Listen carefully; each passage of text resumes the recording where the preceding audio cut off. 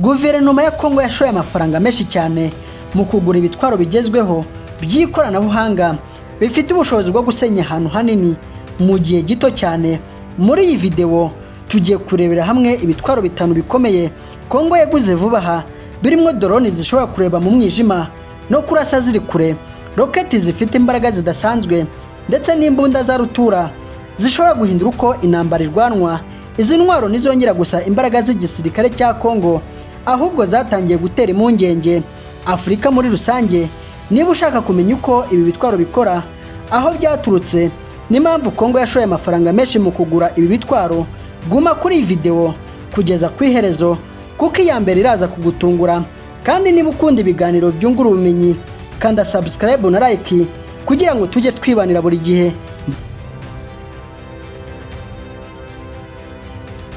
Ku mwanya wa 5 turasanga intwaro yitwa SD50 ati drone jameri. Iyi ni intwaro nshya ikoresha imirasire y'amashanyarazi aho kuba amasasu asanzwe, ikaba yaraguzwe mu gihugu cy'Ubuhinde. Ntabwo iremereye cyane kuko ishobora guterurwa n'umuntu umwe, ipima ibiro hagati y'10 na 15, ariko ifite imbaraga zo guhagarika itumanaho rya drone na telefone mu ntera ya kilometero 5 cyangwa 10. Ububi bwayo muri Congo nuko iyo ikoreshejwe ihagarika itumanaho ry'abaturage bose rya telefone na radio mu gace kose, bigatuma batabona amakuru y'imamo, ituma drone z'umwanzi zigwa cyangwa zikayoba. Iyi ntwaro iteye ubwoba cyane kuko ishobora gutuma umuntu aba ari mu kaga agashaka gutabaza kuri telefone ariko agasanga nta network. Ni intwaro imaze gukwirakwizwa mu bigo byose bya gisirikare muri Kivu kugira ngo birinde umwanzi wabatera ibisasu.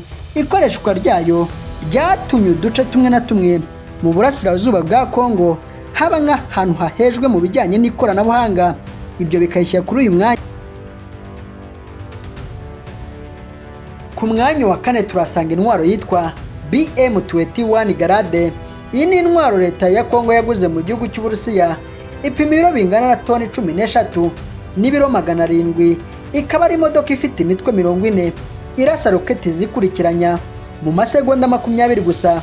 Ishobora kurasa roketi zayo mu ntera ya kilometero 20 kugeza kuri 45, bivuze ko ishobora kuba iri kure y'umwanzi ariko ikarasaho ari, maze ikangiza ikintu cyose kimukikije. Ububi bwayo nuko ari intwaro itarebaho irasa, bivuze ko iyo irashe igwa ahariho hose, ikaba ishobora gusenya umudugudu wose mu masegonda 30 gusa. Muri Congo iyi ntwaro yanditse amateka mabi yo gusenya inkambi z'impunzi n'imihanda y'abaturage mu duce twa Masisi. Iyi ntwaro iteye ubwoba kuko urusaku rwayo rwonyine rukurura ihungabana mu baturage kubera uburyo yitura hasi. Leta ya Congo yongeye kwinjiza izi mbunda nshya muri uyu mwaka kugira ngo ihangane n'umwanzi. Ku mwanya wa 3 turasanga intwaro yitwa Kasa 2 MRAP.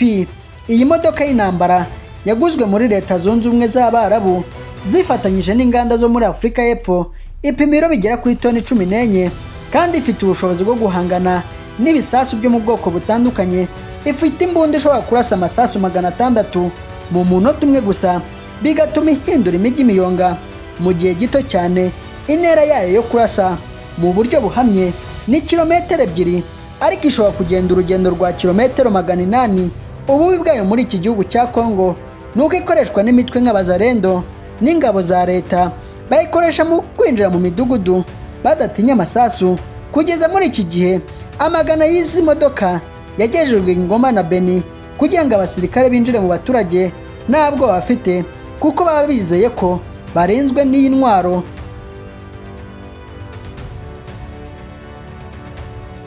Ku mwanya wa 2 turasanga imbunda nini ya rutura yitwa Advanced Toward Artillery System 155 mm.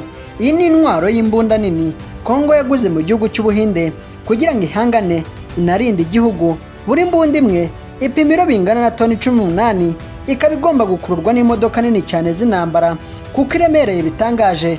Ishobora kurasa igisasu kikagera mu ntera ya kilometero 48, bivuze ko ishobora kuba iri mu mujyi wa Goma ikarasa isake mu masegonda make cyane. Ibisasu byayo bifite ubushobozi bwo gusenya urukuta rw'ibirometero bitari bike, kandi aho kiguye cyangiza ikintu cyose kiri mu ntera ya metero 50. Ububi bwayo ni uko akenshi ikoreshwa mu buryo bwo kurasa mu gace kanini, bigatumirwa mu mijyi n'inkambi z'impunzi. Iyi mbunda iteye ubwoba kuko nubwo waba uri mu bwihisho, igisasu cyayo gishobora gusenya ubutaka kikakugeraho. Muri uyu mwaka Congo imaze kwakira imbunda zirenga 20 z'ubu bwoko, zikaba arizo ziri kwifashishwa mu kurinda imijyi minini muri Kivu y'Amajyaruguru. Ku mwanya wa mbere turasanga indege y'intambara itagira umupiloti yo mu bwoko bwa CH-4 Rainbow. Iyi ni drone iteye ubwoba cyane Congo yaguze mu Bushinwa, ifite ibiro 1330 kandi ishobora kuguma mu kirere amasaha 30 idahagaze, ikaba ishobora kureba buri kantu kose mu masaha y'ijoro n'amanywa. Ikoresheje amashanyarazi, ishobora kurasira kure mu ntera ya kilometero 3500 ivuye aho igurukira, bigatuma ishobora guhagurukira ikishasa ikaza kurasa ingoma mu buryo bw'ibanga. Iyi drone irimo gukoreshwa cyane mu kurasa ibisasu bya mesiri bishobora guhitana abantu mu ntera ya metero 5000 uvuye mu kirere. Ububi bwayo ni uko ishobora kurasa mu baturage bikitirirwa impanuka, kuko itagira uburyo bwo kumenya niba uwo irashe ari umusivile cyangwa umusirikare. Mu duce tw'imisozi, raporo zerekana ko izi drone zishyizwe mu bigo bya gisirikare i Bukavu hamwe na Goma kugira ngo zigenzure umupaka wose.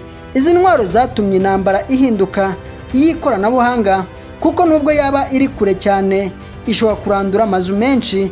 Leta ya Congo imaze kugura drone zirenga 9 z'ubu bwoko kugira ngo ihangane n'inyeshyamba. Ibyo bikayishyira kuri uyu mwanya